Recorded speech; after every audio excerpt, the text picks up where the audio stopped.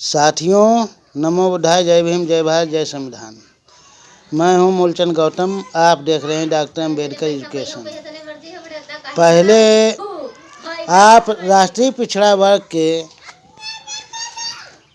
वर्ग महामोर्चा के राष्ट्रीय अध्यक्ष चौधरी विकास पटेल जी के 22 जनवरी के विषय में विचार सुनिएगा।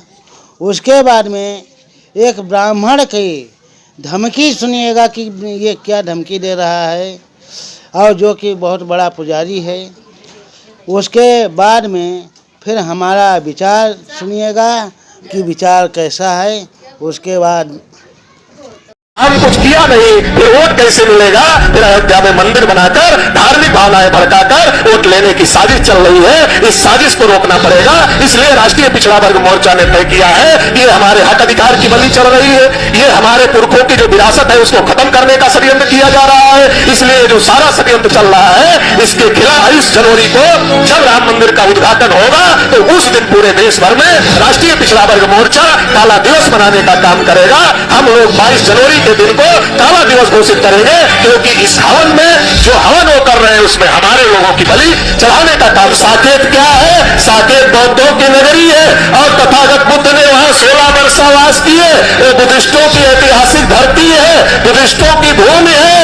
और ये कोई काल्पनिक बात नहीं है कि लॉकडाउन में चोरी से मंदिर निर्माण के लिए खुदाई हो रही थी तो वहां से जो अवशेष निकले वो अवशेष किसके निकले?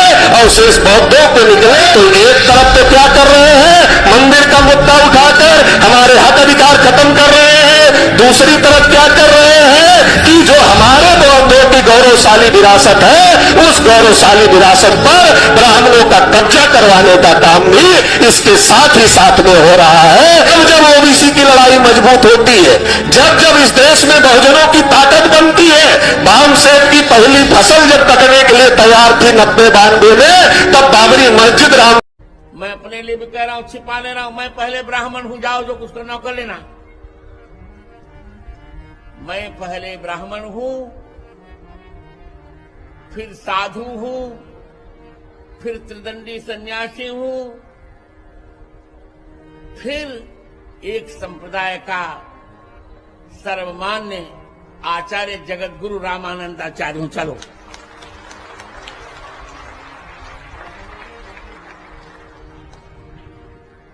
यदि यही रहा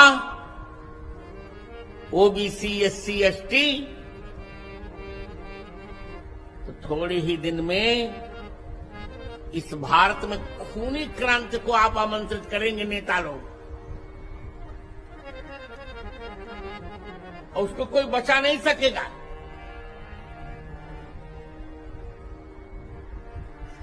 इसलिए चलो ना, कतराऊं तुम्हारी, तुम में यदि दम हो तो जात के आधार पर किया गया आरक्षण समाप्त करो। साथियों, आप लोगों ने देखा है कि हमारे राष्ट्रीय पिछड़ा वर्ग महामोर्चा के राष्ट्रीय अध्यक्ष माननीय चौधरी विकास पटेल जी आपको क्या चीज़ बता रहे हैं वो समझ रहे होंगे। साथ ही साथ एक जो कि ब्राह्मण धमकी दे रहा है, बहुत बड़ा पुजारी है, कि अगर जो ब्राह्मण वर्ग की बात न मानी जाएगी तो क्या क्या कर सकता है। इसलिए हम लोगों को सोचना है कि 22 जनवरी हमारे लिए बहुत ही काला दिन होने वाला है, और इसलिए हम लोग 22 जनवरी के दिन अपन बाबा साहब डॉक्टर भीमराव अंबेडकर द्वारा दी गई बौद्ध धर्म दीक्षा के साथ साथ में 22 प्रतिज्ञाओं को ग्रहण करेंगे। और वो 22 प्रतिज्ञाएं जो जहाँ भी बैठा होगा उसको वहाँ ग्रहण करना होगा, चाहे कि बुद्ध विहार हो या अंबेडकर पार्क हो, वहाँ बैठ करके 22 प्रतिज्ञाएं ग्रहण करें। जब तक आप 22 प्रतिज्ञाएं नहीं ग्रहण करेंगे तब तक आपका कभी भी हित नहीं होने वाला है। कोई भी कुछ भी कहता है, हमको उसके विषय में नहीं चर्चा करनी है। चर्चा सिर्फ ये करनी है कि हमें क्या करना है। अब 22 जनवरी तक हमारे इस तरह के विचार कभी भी रुकने वाले नहीं हैं और विचार देते रहेंगे विधिवत। और 22 जनवरी को 22 प्रतिज्ञाएं हम लोग डॉक्टर अंबेडकर पार्क या डॉक्टर अंबेडकर भवन में ग्रहण करेंगे। इसी के साथ आप लोगों को यदि वीडियो ज्ञानवर्धक लगा तो चैनल को सब्सक्राइब और वीडियो को लाइक व शेयर अवश्य करें। इसी के साथ मैं अपनी वाणी को विराम देता हूँ। नमो बुद्धाय, जय हिंद, जय भारत, जय संविधान।